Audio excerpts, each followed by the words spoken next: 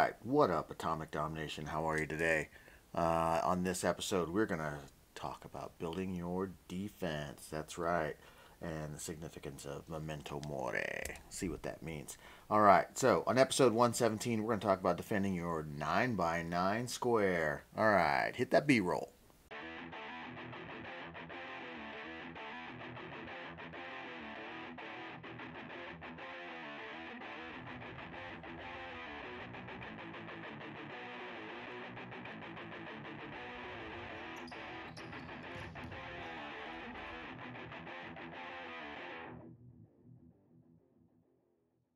Welcome back.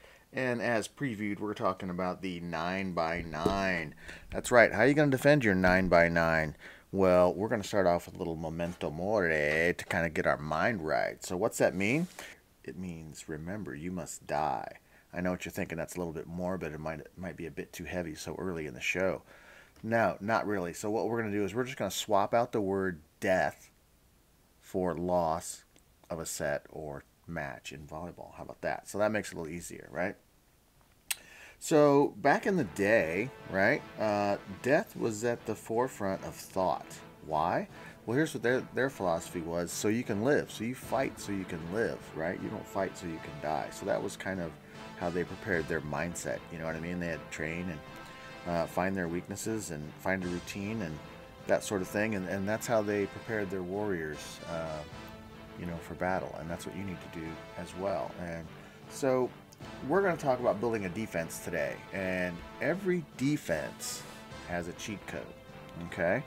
So you got to remember, whatever your little cheat codes were if you're a gamer. I don't think we all grew up in that little era. Anyhow, things to remember, like number of blockers. You're going to send 1, 2, or 3. What position are you going to put? Are you going to have them just play the ball? Are you going to position them in cross? You're going to position them in angle? Or possibly just play the ball like most people do, which seems to be pretty common today. Anyhow, those are some things to consider, right? There's so many modifications to defenses out there that there's just too many to list. I mean, there's stacks of paperwork that people have written on theories, and I guess maybe you can just throw this one in the pile too, because I'm kind of sort of invented my own little hybrid, what I call the PRECOG defense, and we'll get into that in just a bit. But, there's some great defenses out there: perimeter, rotational, box. I know Purdue runs a box defense, and they do a great job with that. I love, for U12, I love the man up or the rover defense, It's really fun to play, and kids get a lot of digs in the middle of the court there, what I call Walmart, what some of you might call the campfire. And there's other popular defense that's kind of come around in the last, 10 years or so. Thou shan't say the name on this show, but I know you may not be familiar with it, but someone calls it middle defense. For me, get rid of it. Throw it in the grave. I don't like it. I don't know how to run it fully, but I know enough to dislike it. So I've seen it work at all levels. It works at the collegiate level, where your taller players are, playing up into the midcourt and can defend the backcourt because they're so tall. No big deal. And their movement patterns are different. And again, that's collegiate play. It also works at the middle school level too, So people make it work for them. I just don't like it. So not one of my favorites. Anyhow, moving on to some of the basics of a defense, right? And you can make modifications from here, but you got to have a place to start. All right, so we're all going to start in a place which we all know as base. I think in modern terms of volleyball, base has become our starting position for defense. Then you got a read position, right? What happens to the ball when it goes to setter? And then we have a reaction, right? So we got to react to the ball somehow, and our defense has to flow accordingly, right? So you're reading both sides of the net, and you're reacting to the ball, and that's when your defense is engaged in its action, right? But defense really starts when the ball's on the other side of the net, right? So if you're not trying to attack the ball, you're not trying to serve the ball, defense starts right here, okay? So that's where that's your first mode of defense is right there. So, but you can shuffle that around however you need. And I just kind of drew these in spots that I just thought, obviously this court isn't to scale. So, but the objective is to have defenders in a predetermined position prior to the attack, right? That's what we're told by the experts. This is what the definition of a volleyball defense is. So I don't know, I got my thinking meat in gear, which is my brain. I got to be a little creative. And I started to think about what was going to happen with this defense or what I could do differently according to the stats and the information that I dug up about the game, where I think the game is gone or is going or how is played. All right. So here's the formula. And the formula for your defense is like, you got to ask the question, how are you going to defend 900 square feet? I mean, it's big enough to land a helicopter in. It's also the size of a home, right? I think my home is 1,000 square feet. But think about that for a second, and that's what kills coaches whenever people serve out of bounds. Because it's just like, how can you not hit 900 square feet? That's a pretty big space. Anyhow, I want you to get experimental when you're discovering your defense. I don't want you to go crazy and look like this fool right here. But I definitely want you to get experimental with it, right? All right, so it's going to be a good mix of front row, back row players, right? You know, how is your team selected? Do you select your team so that you want 1,000 DSs on the roster and just a few hitters, and then you're going to swap out like that, like that's a typical lineup? Or you're going to try to have your pins play 6 rotations and maybe just want to carry a DS and a libero? Entirely up to you. You know, is your back row slow? Are they lightning fast? Is your front row big? You know, I mean, these are all things that have to be locked together to build your defense. And it could change from year to year. Like, you may not have the same team every year, right? If you don't play up or move along with your team, whatever it is, if you're freshman or JV or maybe you're a club coach and you can't stay with your team as they age up. So think about that. It's going to change every year, so you're going to have to be flexible, okay? Building a defense has to be flexible. All right, so let's talk about building the wall real quick. All right, so you got to figure, again, like we talked earlier, how many people are you going to throw at the ball? You're going to throw 1, 2, 3 blockers? You go in angle, you go in cross, you go in line, or you go in ball. Are you trying to funnel the ball? Are you trying to push the ball somewhere, right? Maybe it's a combination of all of those. And that's what you want to do is you want to find that right mix, right? But you just need to remember this is not a template sport. Okay, I think some people are playing it like, well, I got to have a 4-ball, a 1-ball, and I got to have a 9-ball, and that's my game. No, not at all. I definitely don't consider this a template sport, and it gets pretty stale whenever you see that. Anyhow, you need to identify who your key blocker is, who your key diggers are, right? And those are the people that you need to get to commit to the system, right? Because once they commit, everyone else will fall in place, right? And you got to test, apply, train again, rethink, maybe reformat, you know, for those of you in the disk era, which I was in the floppy disk era. But anyhow, reformat and deprogram people from club and or high school. You know, I think it's a good idea that kids are getting exposed to a lot of different coaching, but you know, sometimes they'll bring that stuff onto your court and you may not want that, right? One person will play base because their coach told them this is how it is. Well, they're not separating the idea that they have a different coach. You know, it might be high school versus club, or 2 different club teams, or maybe even 2 different high school teams, right? Like a freshman coach may want to run something different than the JV coach. So you have to designate, you know, how you want your court run and what your players are going to do.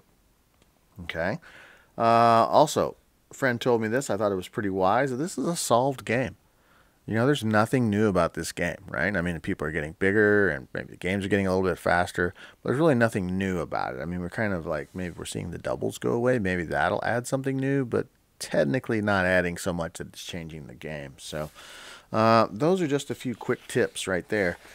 So now let's talk about the rabbit hole of information that I seem to stumble down when I decided I wanted to try and experiment with something new in defense. So I got into the rabbit hole and found a bunch of information, right?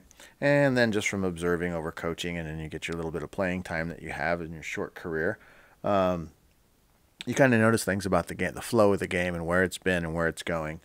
It's always helpful if you can analyze the game of where it's going from where it's been. So here's what I discovered, right? And these are just the core shots that I put together according to me.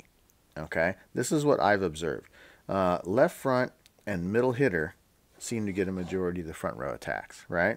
You get some back row, some BIC stuff, which is fairly new since I don't know, that was in the early 2000s. I think the BIC kind of came into the game, and so it's a pretty regular thing right now.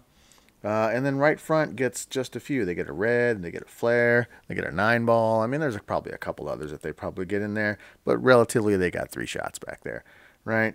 And then, if if you're in two-hitter phase and your middle decides to slide, well, there's an additional hit for the middle. So you'll have to defend against that. But for the most part, this is the majority of the game, right? The back one or the 6, the 1, the push 1, 31, 32, front side 2, a go, and a shoot, right? That's everything that's being played on that part of the net from the way I observe it, right? So the good folks at Gold Medal Squared threw out this heat map. They said, well, hey, majority of the points are being scored right here. So this was, I think, the birthplace of middle defense, right? They said, well, hey, if these are a majority of the shots, we'll just place players there, right? And then you'll get a lot of digs, and you'll eliminate all of that, right? I don't totally disagree with that. I think they're right for that U16. There's probably, with the exception of probably some of those really outstanding open teams, this is the majority of your play. Okay, middle school through about JV level, it happens right here. Okay, so few people hit line. I know they can, but they don't. We're in love with bang and cross. I have no idea why, but sometimes it works. Most of the time, it's Doug, right? Anyhow, so you might have to rethink your offense a little bit differently, once you see that heat map. I'm sure that this thing's been out there forever, so it's not like this is some new information or whatever, but this is what led me to build the trap, right? So I'm building a trap with the PRECOG defense, right? So it's cognitive, right? So we're talking about decisions, sensing, observing, and then all the environmental stimulus that goes along with it during a play, right? So the PRECOG defense on your 9x9 court will look a little differently than a typical defense, I think. But it's not, I said, a little differently, right? So the first thing in PRECOG, what I wanted to do is I wanted to eliminate base. Click and drag to the trash. No more base. Okay? You're thinking, wow, we got to start somewhere. Yes, you're right. So my new starting position is called the load position. Okay? So just like you hear coaches on the side of the court screaming base, base, base whenever the ball's been attacked and they have to get back on their starting position for defense. Well, I'm screaming the same thing, except it's load, load, load, and they're in a different spot. Okay? React and move on second ball. So no different than any normal defense. Setter releases the ball or wherever second ball is. That's when our defense reacts to the attack. Okay? But again, just remember that PRECOG defense is not a templated defense. It's fluid. It moves with the game, and we want to channel the ball to a certain defender, right, on a court, and it's block dependent. It's very block dependent. So your front row has to get their act together. And we talked about building that wall. They need to build that wall. Okay, and discipline. Discipline is key, right? If you can't do things technically, you won't be able to do them tactically. Okay, so your blockers need to know all three, well, I shouldn't say all three, but all forms of footwork at the net. You can swing block, you can cross over parallel block, and hop step. I mean, those three combined with, depending on how you set up your front row, those will all work. Okay, those will work. You'll need a mix of that. Not everything's a swing block, right? Swing is a super athletic move. Not a lot of kids can do it. Not a lot of kids are good at it, right? It really takes a good athlete to pull off a good swing block. And then you got to move together like synchronized swimming. And how many times do we actually do that? Because we're all looking at different things in our eye sequencing across the net, right? So our load position, let's go back to that, right? This is our thing. We're starting in load. So our load position is our starting defense position. And there's two things to consider, right? Is your setter live or is your setter dead, right? Is your team in 2-hitter phase or 3-hitter phase? It makes a difference. You may want, and this is up to you, how you want to balance your net. If your set's dead, maybe these guys are going one-on-one, and middle and right front are taking everything to the right side of the net. Okay, it's entirely up to you how you want to move that, but those are things you need to take in consideration. You can run a balanced net, or you can run an unbalanced net. All right, so the load position. Let's talk a little bit about why we go to load position. Okay, so the whole idea behind PRECOG is to assume, right, because the majority of the game is played here, we're going to assume that the first ball, the other team's offensive ball, is going to be hit from the middle. So it's going to be a 1, a push 1, or 31, possibly a 6, which is a backside 1. behind setter. That's what we're assuming, right? But that's what I assume. I want you guys to pick and choose. Well, maybe it's going to be an outside attack. Maybe it's going to be a right side attack. I don't know. I'm gambling on the fact that it's coming out of the middle. All right. So we eliminate the base to defensive movement. Okay. We start in defense. Does that make sense? It may not. Some people are like, oh, it's semantics. Well, you might be right. It's semantics, but it's different, right? Why be outside of a spot to move into a spot to move back outside of the spot? It doesn't make sense to me to waste. That's just a lot of movement. You know, why not eliminate a portion of the game? If it's a middle attack, boom, you're ready. You're there to dig. As long as everyone's doing their assignments, we don't have to do a ton of work. If someone misses the blocking assignment, or they're in the wrong load position, or because they're still remembering base, then you got an issue, right? Nobody's listening to what's going on. That's going to put Swiss cheese in your defense, and you don't want to have any holes in your defense, okay? All right, so going back to the timeline theory, I should say the stacked net theory, right? So I base things on the timeline. If you don't know the timeline theory, you may have to look that up, and I'll try to loosely explain it here. But the timeline is an imaginary line down the middle of the court in the middle of the net, right? And you can run your offense. You can watch what the other team's doing on their offense and or defense according to the timeline. So if there's a set, let's say your middle's running a 31, well, that's this side of timeline. So that's going to be right front and middle closing on the ball. I always send 2 blockers, no matter what. And this guy's going to go one-on-one with their setter, right? And if we slide, we're okay. We're okay with sending this guy out here by himself. Middle will try to help as he can, but we're okay sending that guy out there because we know our back row is ready for that and they're going to cover. Okay? So that's a little bit about timeline and how to react to the timeline theory. This is kind of the same scenario. If they run a 1 and it's this side of timeline, all right, well then we're going to go left front and middle blocker to clamp that attack, right? And let's just say it's a weird pass. They're still running a 1 and they're coming down the middle of the court and we're kind of undecided to what to do. Well, if we're unsure, we're just going to hit them with what I call the beef stew, okay, aka the triple block. So if we're uncertain out of that middle attack, that 1, the 31, the push, we're just going to throw 3 people at it, right? And our back row is going to be ready because they're going to have to shift a little bit because they're going to be blind, right? You're not going to be able to see through that triple block if everybody's doing their job, okay? So back row has to really be prepared, okay? And I think I was kind of displaying here what I was explaining is that if it's a 1-ball attack and you have your blockers stacked here, it is natural for a middle to hit left back this way because if he's a righty. He's gonna hit this way, right? Could hit here. He could chop it right in here. You know, a lot of middles are good at that. That's why we put 2 blockers on that to take that away, right? If we can take that away, now your middle's got to force something through a block, which he's probably not going to do, right? He's going to tip, which we can cover, or he's got to rotate and turn, and he's got to try and crank the ball to middle back in the seam or to right back, okay? So that's, we kind of open up and we fill that gap, right? We want to eliminate the middle attack, right? And if a ball goes to the pins, well, we just react from here to the pins, right? Ball comes out here, okay? Well, we just flow accordingly like we're supposed to.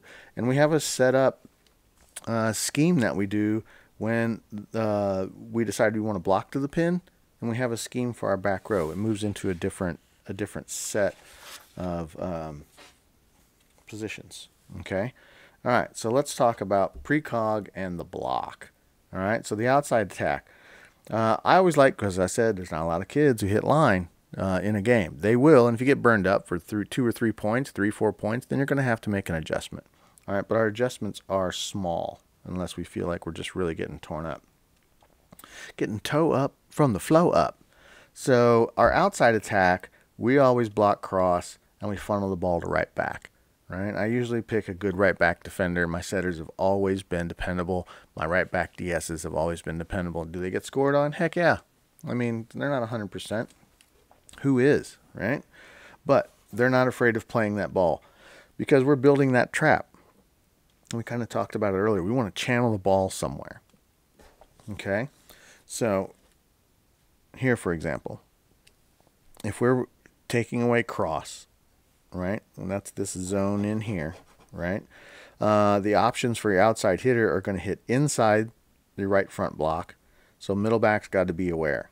All right, they have to step up inside this hole because this zone right here is going to get filled with a ball and possibly a point. So you need to get in there and make sure you're cutting that off.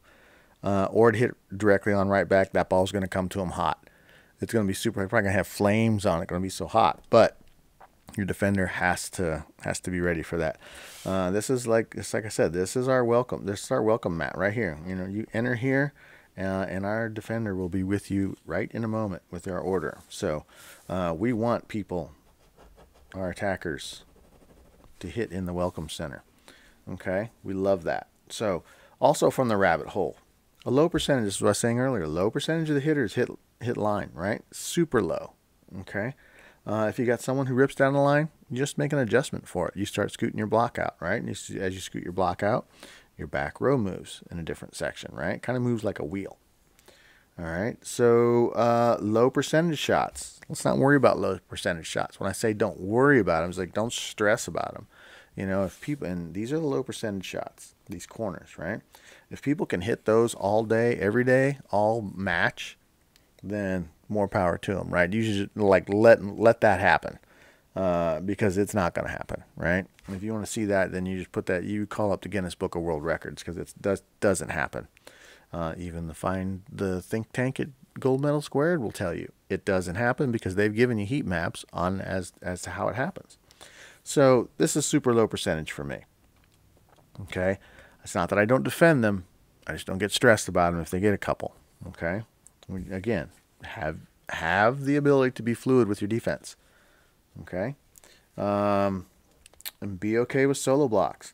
Right, so if the court gets flipped and you get stuck in that situation where you got both blockers over here and you got left front hanging out and the ball gets flipped to right side or a slide sneaks in on you, be comfortable with this guy going out here, throwing up a nice block, and your backcourt's going to react accordingly. They're going to cut all that stuff off. Okay, but just remember, you got the basics of the defense. So you got to figure out what do you want to defend and what do you want to give up. You can't cover it all, right? So in precog, I think a little differently. It's like, what do I want to eliminate? Okay, think about that for a second. Giving up and defending is kind of the same thing, I guess, but I'm trying to eliminate something, right? I want to shut down a portion of the game. If there is a potential for 3 attacks, right front, middle, left front, if I take one of those out, then I only have to worry about 2. Okay? Maybe your focus is on outside or right side. If you eliminate that, then you only have to worry about 2. But again, the majority of the shots, we saw the chart, majority of the shots come out of middle and left front. So those are your most options. So to me, it just makes sense to do that. I don't know. I think things a little bit differently than everyone else. Some people say I think outside the box, and I say, well, there's really never was a box. The box doesn't exist. I just attack things a little bit differently, I think. Anyhow, what happens when we block line? I think we were loosely talking about it over there, right? So when we block line, that means we're pushing our blockers all the way to the pin, leaving a sliver to get through, right? We don't want to get tooled. We don't want to get wiped, which often happens because we don't go far enough, you know, and sometimes you'll find yourself leaving that hole open. With this, you get a guy who picks up on that. He's gonna just use the block. He's gonna tool you all day long. So you have to be disciplined with your stuff. Make sure we're pressing and we're aligning ourselves properly. All right. Again, this is a part of building the trap, right? So Orion Gracie, is that the dad? The Gracie Jiu-Jitsu family. He says, you know, the trap doesn't chase the rat. Okay. The cheese lures the rat and the trap does its job. That's kind of how he feels about jiu-jitsu, right? Jiu-jitsu is that way. Like your partner makes a move and then boom, you set the trap on that. You don't sit there and chase and try to force something. Well, that's what we're doing. That's our same philosophy with precog, right? We want to set it up so that we're funneling the ball to the people we need to funnel it to, right? We're not just taking chances out there, right? We're not just going to try and, hey, we're playing ball, and the next thing you know, the middle's looking at a different spot, and the right front's looking at a different spot, and next thing you know, you got a huge seam, and you're getting banged on all day. That's not what we want, okay? So what I do whenever we block line, our defense shifts in a different fashion, right? So it kind of looks like this. So right back moves in here, okay? And then everybody else rotates kind of in this fashion. So you think your back row should always rotate in kind of that wheel fashion. You can either move them with your block or opposite of your block, depending on how you set up your defense, right? In this case, if our block goes here, our defense is rotating this way, and our right back is coming up here and picking all this stuff up. And you can kind of see the zones that I've got outlined here of everyone's responsibility. Left back has all of this. And that should be that person, right? Left back should be able to get all that stuff. So, anyhow, don't be drunk on swing block, okay? Learn how to block all of it, right? Precog runs best when you use a mix of blocking movements, okay? Your players, they can adapt, they can be smart, okay? All right, so I guess we've all seen this, how to surmise, I guess, the whole point of precog defense is to eliminate something, right? I think we've all heard that term. If you see me in a bear fight, pour some honey on me, right? Like, so if I'm badass enough to get in a bear fight and you just add some honey, it's not gonna make a difference, okay? And that's the needs to be your mindset of you and your defense, right? You guys got to be willing to get into a bear fight and dig it out, scrap it out until you win, or you're not going to go down easy, right? So with that being said, I just want you to know that there were no bears or bees were harmed in the making of this video because it's all a drawing. So lighten up, Francis.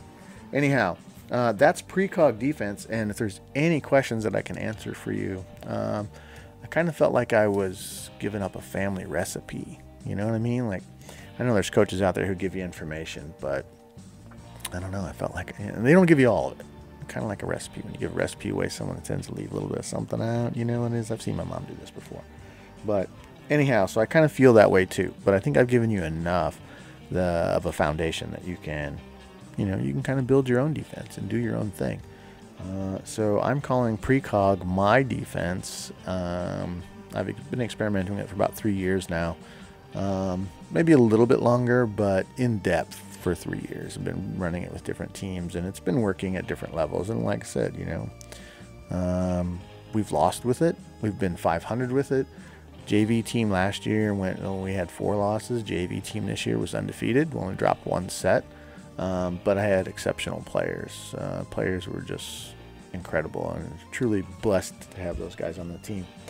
But anyhow, so I want you to experiment, and I want you to get out there and push your players and build that mindset.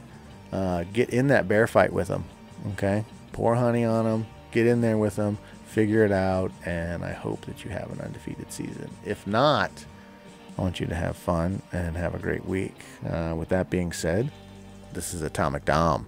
Later.